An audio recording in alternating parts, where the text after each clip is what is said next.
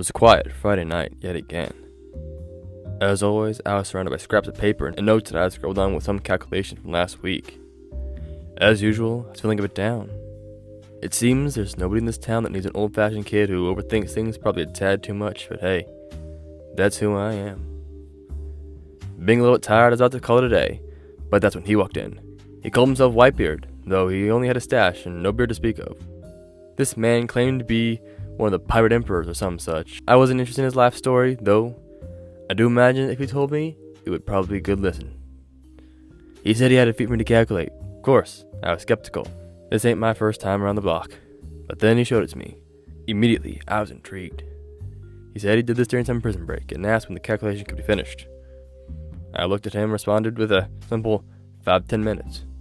At hearing this, he seemed surprised. So I turned to him and said, "Don't believe me, just watch. Come on."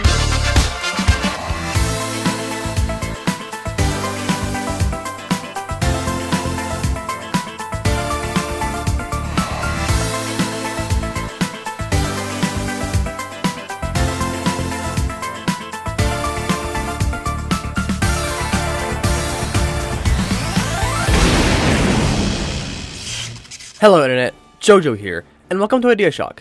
Guys, you've heard the term instant regret, right?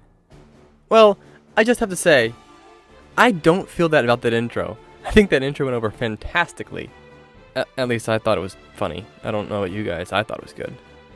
Anyways, in the world of One Piece, there are very few characters that are specifically stated to have the power to destroy the world. In fact, I think that this has only been said about Whitebeard. After all, his devil fruit, the Gura no Mi, grants him the power to create earthquakes and cause massive tidal waves.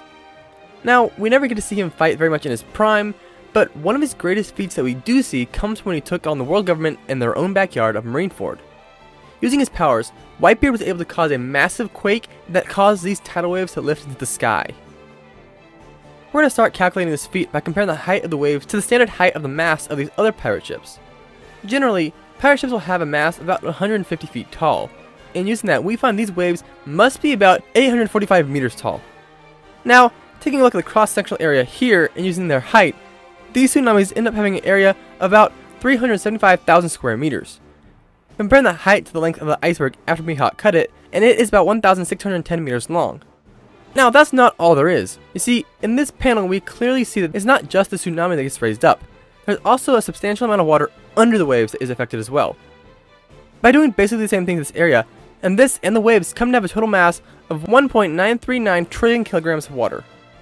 By counting the words in these panels, we find the waves are rising at a rate of about 500 miles per hour, and assuming they reach their max speed as they hit their max height, they would have an acceleration of 59.005 meters per second squared. The weight of this water moving at this acceleration would have a force of about 114 trillion newtons. Normally to find the energy we would displace the force by the height of the wave, but this is where it gets a bit tricky. You see, Whitebeard uses his power and sends the quake through the sea, and only after a bit of time passes does it come back and lift the waves. The thing is, we don't know how much time passes until the earthquake rebounds back, and we can't do our usual words per minute counting because right after Whitebeard causes this quake, there's a flashback. So as much as I would prefer not to, I feel that our best and possibly most exact option is going to be using the time from the anime. Cutting out all the scenes that are not real time at Marineford, we get a time of 7 minutes and 29 seconds. And because we already know the wave's speed to be 500 miles per hour, we find this quake would have covered about 62.3611 miles or 100.36 kilometers round trip in that time. If we displace the force by this distance, and Whitebeard ends up having produced a massive 2,747.154 megatons of TNT in this one feat. This is 55 times more powerful than the most powerful ever deployed hydrogen bomb. This bomb had a fireball the size of 6.4 square miles or 16.5 square kilometers, and Whitebeard can produce 55 times that energy. Though, this isn't anywhere near world busting. But the thing is, this is only if you use the manga. The anime actually added several scenes that literally have no purpose except to make this feat far more powerful. These extra scenes essentially make the feat from the manga and the anime two different feats.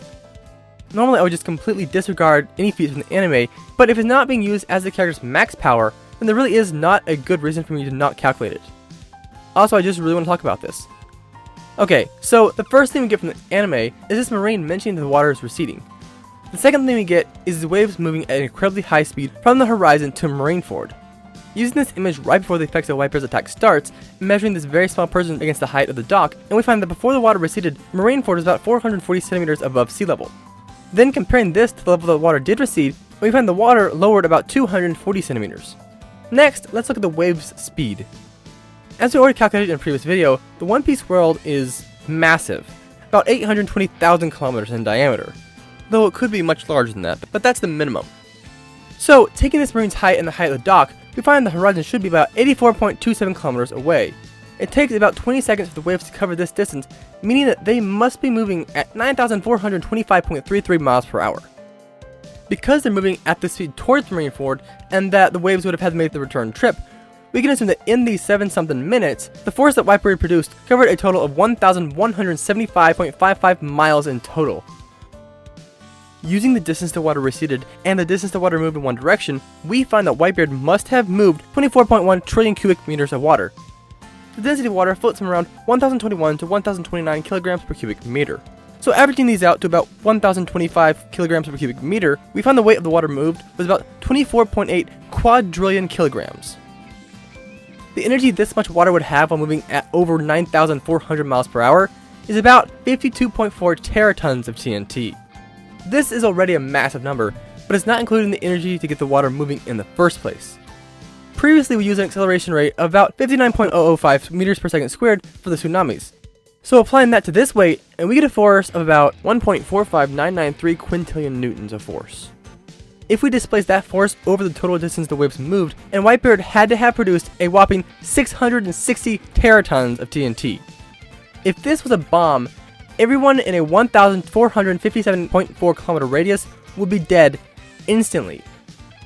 This is an area 9.587 times larger than the US state of Texas, and is more than half the size of the entire US.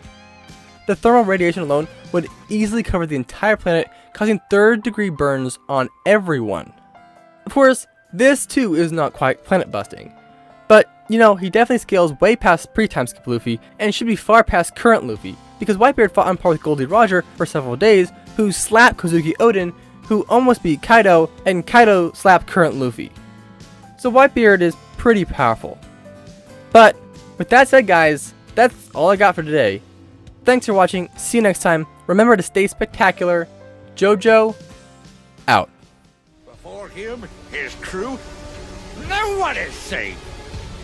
He has the power to destroy the world in his veins!